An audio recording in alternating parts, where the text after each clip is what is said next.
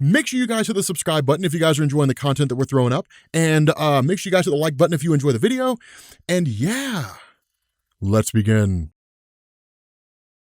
All right, members of the Rob Corps, we officially have a Discord. Yes, we do. We have a Discord server. Check the link down in the description. The link has no expiration date and it's an unlimited number of uses. So you can use it as many times as you want. You can share it, give it to other people, all that kind of stuff. I do have it posted on Twitter. I made a post on my personal Instagram at @IamRobJefferson. Yeah, so go check it out. There's all kinds of stuff there. There's basically a gaming section, a miscellaneous section, which is like new comic spoilers, things like that. You can self-promote your own channel. You can promote your own artwork. You can discuss the versus videos that I do on Patreon. For those of you guys who don't know, I do versus videos that I put exclusively on Patreon for patron-only content. And then there's like an anime and manga section. There is an indie comics section for those of you guys who like indie comics. There's a DC discussion section, a Marvel discussion section, film and TV, video requests in case you guys want like a character explanation that's done or a story that you want me to explain. All kinds of cool stuff, right? Like there's all kinds of cool things. For the patrons, there's a section there just for you, right? So if you're on Patreon, head over there and basically sign up using Patreon, and then you can essentially connect your Patreon to Discord and see the Patreon only section. But yeah, it's cool. Like I really dig it, right? I love talking to you guys all the time. Right now there's about 1,000 people that are part of the Discord already, so it's pretty cool. Like it's pretty awesome. Like it's really been blowing up recently. But yeah, so we are getting into X-Men issue number 3 by Jonathan Hickman. Now, remember when we first started House and Powers of X? And I told you guys that occasionally there would be stories where you would find yourself asking the question, but like, what's the point of this though?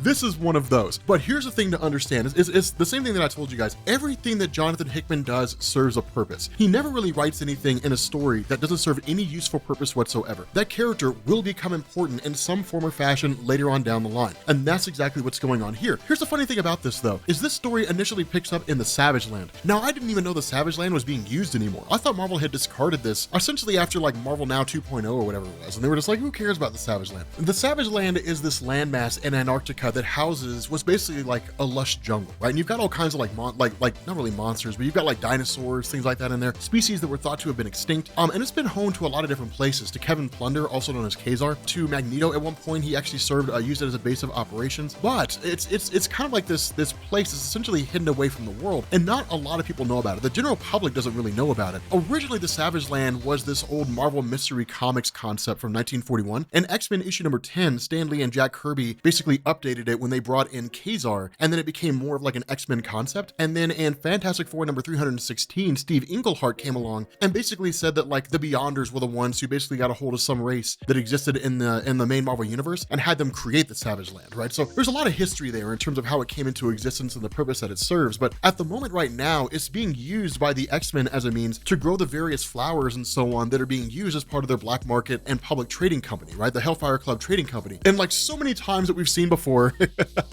some group manages to break through one of the gateways of Krakoa and then access the Savage Land. Here's the thing, the X-Men's gateway system is like the least secure thing ever. With the number of people who have managed to gain access to the X-Men's Krakoan gateway system, it's like a person who's got like a door that sits open with just a sign just sitting on like a pole in front of the door that says, please do not enter my home. Of course people are going to go in and see what you have. Like if they're interested in stealing your stuff, you've got no real security measure. And that's basically what this is, right? So of course, as soon as they get in there, they immediately spray down like Pixie and a couple others and essentially, just kind of like neutralize their powers. And that's basically it. And so what this does is it immediately leads into the gathering of the Quiet Council. And the reason for that is because one, the gateway to the Savage Land has basically been cut off, meaning nobody can get in or out of the gateway. And two, there's actually an after effect as a result of this, that by whatever manner and whatever means, this group that's broken in has managed to find some way to basically influence Krakoa itself, insofar that Krakoa has essentially shrunk down in size by like 0.0001%, like 158 square feet basically. So it's not like a huge decrease in size, but it is shrinking, as well as it having a kind of psychic impact on the various telepaths who were there in that area. And so as a result of that, the question is, what do we do about this? And so the essential response is like, we have to go in and we have to basically figure out what's going on. Now, here's a cool thing that Jonathan Hickman throws in here. And this is one of the things about Hickman writing, but like Hickman does not do like a lot of writers do when he basically basically creates a story and then like feeds us everything in like 6 issues, right? It doesn't really work that way. Instead, it's usually always some kind of a slow rollout because it's the slow burn, right? It's one of the reasons why I always love Hickman writing, is because he takes his time to craft an amazing story instead of just rushing it all out super fast. And so as a result of that, we learned a couple things here about Krakoa, the island itself, insofar that Hickman really kind of ties into the original Giant Size X-Men #1 story and saying that the Krakoan island basically feeds on the psychic energy of mutants. Now, in previous stories and in decades gone by, the island wasn't really nefarious so much as it had a disregard for mutant life, right? It would just consume the psychic energies of mutants and didn't really care, right? It was just kind of the thing that it did, and it was a role that it played. As time has gone on, and especially with the X-Men and the various mutants using Krakoa as a home, it's kind of turned into somewhat of a symbiotic relationship, insofar that Krakoa, if it really wanted to, could just consume like 2 mutants every year in order to keep itself sustained. But what ends up happening is that all the various mutants across Krakoa basically kind of provide it with some psychic energy that it needs. And so the result is that instead of taking out 2 mutants every year, basically a ritual sacrifice is more or less what it would be. It just kind of feeds on the psychic energy of everybody who's there, which is barely noticeable by anything. But here's the funny thing about this, is that Hickman actually brings back Selene, and we've not seen her yet, but Selene is essentially the oldest mutant in the world, right? She's 10,000 years old. She was born during the Hyborian age, and she literally feeds on the life forces of various individuals in order to keep herself sustained. Her job here is to basically, alongside Implet, is to basically monitor Krakoa and to ensure that Krakoa's feeding process doesn't run awry, and that the mutants themselves are sustaining Krakoa the way it needs to be sustained. So it's not a great, big, huge thing, but it is kind of a cool little thing to see that like Selene is still here, a character who, by all standards of measurement, I thought had just basically been killed off, and Marvel was never going to bring her back. But again, like what you end up finding out here is that these forces that have broken into the Savage Land are actually a bunch of old women. Thank you for being a friend. So these old chicks here, they're really just kind of bickering with each other and carrying on and so on, but they seem pretty hardcore. They seem pretty ruthless, right? Now, we'll find out what the story is about them here in a second, but here's a funny thing, and this is why I love what's going on with Dawn of X, right? We talked about this during Fallen Angels, that like everything connects with everything else, and so there's kind of this offhanded comment that's made by Emma Frost, like, man, I really wish we had Doug Ramsey, that we had Cypher here in order to basically figure out what's going on with Krakoa, talk to it directly. But of course, as we know, Cypher's off in space with the New Mutants, I think it is. I can't remember what team he's on. I think it's the New Mutants. And so he's not there. And then of course, Cyclops makes a response by saying, yeah, that's my fault, because Cyclops is the one that sent them out, right? He's the one that helped them gain access to get to Shi'ar space. So it's cool to see these little things kind of tying into each other. But what they end up doing is basically hitting up Gateway. And so of course, he basically teleports the X-Men, or at least this kind of Strike Force team, directly to Krakoa. And that's when they start communicating with these old women, or start talking to them. And like, they immediately start talking trash about Emma Frost. They're like, yeah, man, we're a group called Hordeculture, but one of them's just like, speaking of unsavory women, like that one in the white looks like a tart.